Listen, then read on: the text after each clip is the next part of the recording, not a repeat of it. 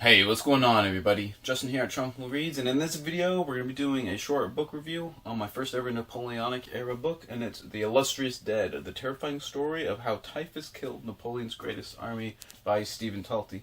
And like I said, this is the first Napoleonic era book I've read. I didn't really want to read a biography of Napoleon. I just wasn't in the mood for that, so I decided to pick up a couple months ago like a more just kind of specific aspect of the Napoleonic Wars. So I grabbed this one because it looked really interesting. And as you guys probably know, one of my favorite subgenres of fantasy is flintlock fantasy, and a lot of that sort of era that it's based on is usually around the Napoleonic era, like in regards to like technology and stuff. So I decided, even though I don't normally read pretty much post-Renaissance history that much, except for World War One, I decided to give some Napoleonic history a chance.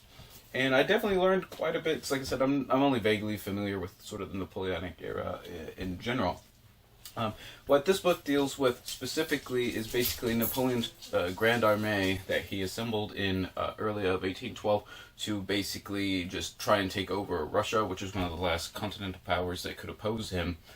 And we probably all know that just turned out horribly. But basically, he has a very medical lens that he's looking at the campaign or the campaigns of 1812 and the Russian campaign with, especially in regards to typhus. If you guys don't know what typhus is, you should look it up. It's pretty horrible. It's just like a terrible like wasting disease. Sounds absolutely horrendous. We don't really have it that much anymore. And some of the third world countries, I guess there are some small outbreaks of it, but it's been fairly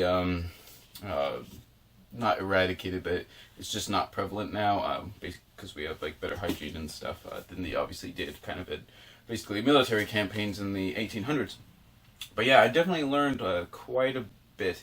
Let's just start with some of the negative aspects of the book, just to begin with. And there wasn't actually too many. The first thing I noticed was that he does kind of anthropomorphize the bacterium rickettsia and like the disease that typhus that it causes. He basically, it's just like a little bit was okay, but like he had quite a few times where he would talk about how that bacterium was like planning or deciding or choosing like vectors and stuff. A vector, if you guys don't know what that is basically how like a pathogen spreads. For example, rickettsia basically lives in lice, which is also disgusting, and that's how it spreads to humans essentially. But he talks about how it basically almost like thinks and makes decisions and stuff, and that's just a little bit was okay. Like the first time it wasn't like that noticeable, but there's like 3 or 4 sections in the book where he kind of like does that, and just kind of comes across as kind of weird because obviously the bacterium rickettsia is not, like calculating at self out, like trying to think, oh, how can I spread better, like during like the 1800 like campaigns of Napoleon. You know what I'm saying? It just is in a way. But besides that, I will say, while the subtitle is the terrifying story of how typhus killed Napoleon's greatest army, it's more of just sort of overall the book kind of reads more of just like an entire study of the campaigns of 1812 in Russia and the Grand Armée in general, with kind of just like a little bit of a focus on like kind of the medical aspects and typhus. There's lots of you can go like just dozens and dozens of pages without really too much mention of like medical stuff or typhus in general. So it's kind of missing a little bit, but I will say it probably does deal with that sort of aspect of the Napoleonic Wars more than any other book. So I'll kind of give him a pass on that. And now on to the good stuff. Like I said, it's basically an entire commentary on the Russian campaign of Napoleon of the Grand Armée, which, if you guys know, was about, I think he assembled about 600,000 men to basically defeat Russia, which was one of the last continental powers that could oppose him in Europe. And it was a complete disaster. Even though he actually did fairly decently, like military wise, obviously the Russians just kind of kept retreating. Even that's the infamous event where they actually abandoned Moscow and basically burned it before Napoleon could get there. So it was definitely during that campaign.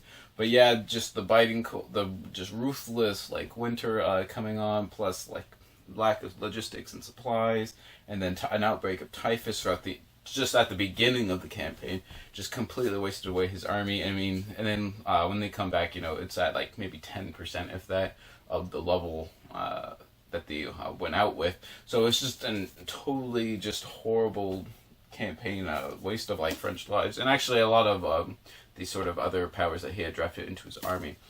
But yeah, some of the descriptions of typhus and the medical stuff is really detailed. A lot of like kind of the medical surgical stuff of that era is pretty gruesome and detailed on how basically doctors went about doing stuff in the early 1800s. There is a lot of aspects.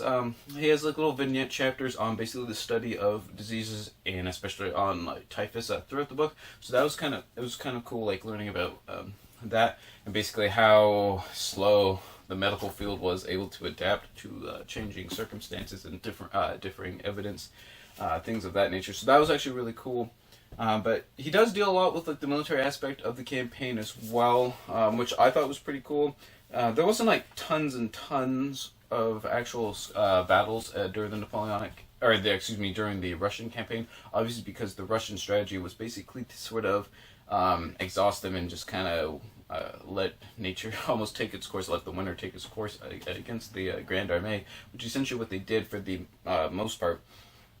But for example, he does have a really big chapter on the Battle of Borodino, which I think is like one of the largest battles of the 1800s. I think one of the facts he put out was that was one of the bloodiest European battles ever, and it had up to that point I think it was, and it wasn't until World War One that casualty figures in a single battle like surpassed Borodino.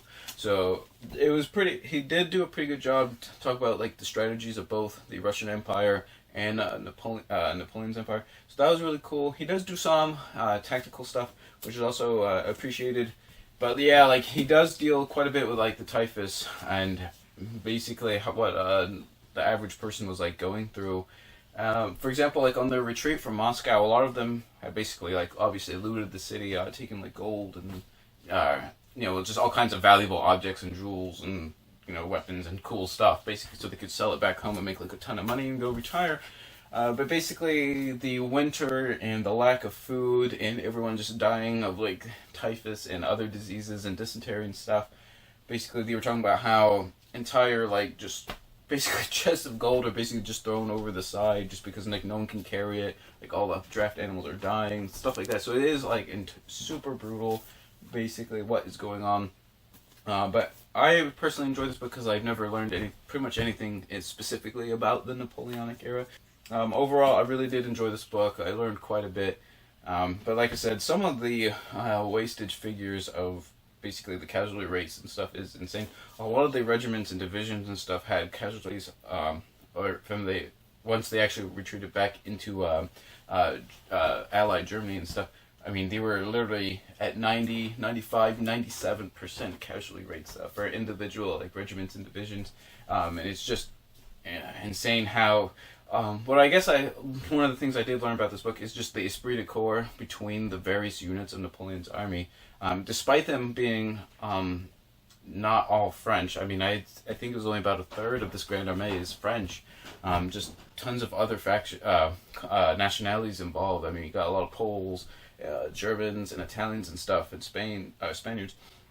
But their esprit de corps and loyalty to Napoleon was like so high, despite like these horrible like casualty rates and just like this deprivation and stuff. They still remained loyal to the cause. Was just incredible in my mind. So I'm definitely going to keep reading on the Napoleonic era. But like I said, I really did learn quite a bit from this book in particular. I'm going to check out Stephan Talty's other books. He's got a few others as well, most notably Empire of Blue Water. And I'm going to give The Illustrious Dead 4 out of 5 stars.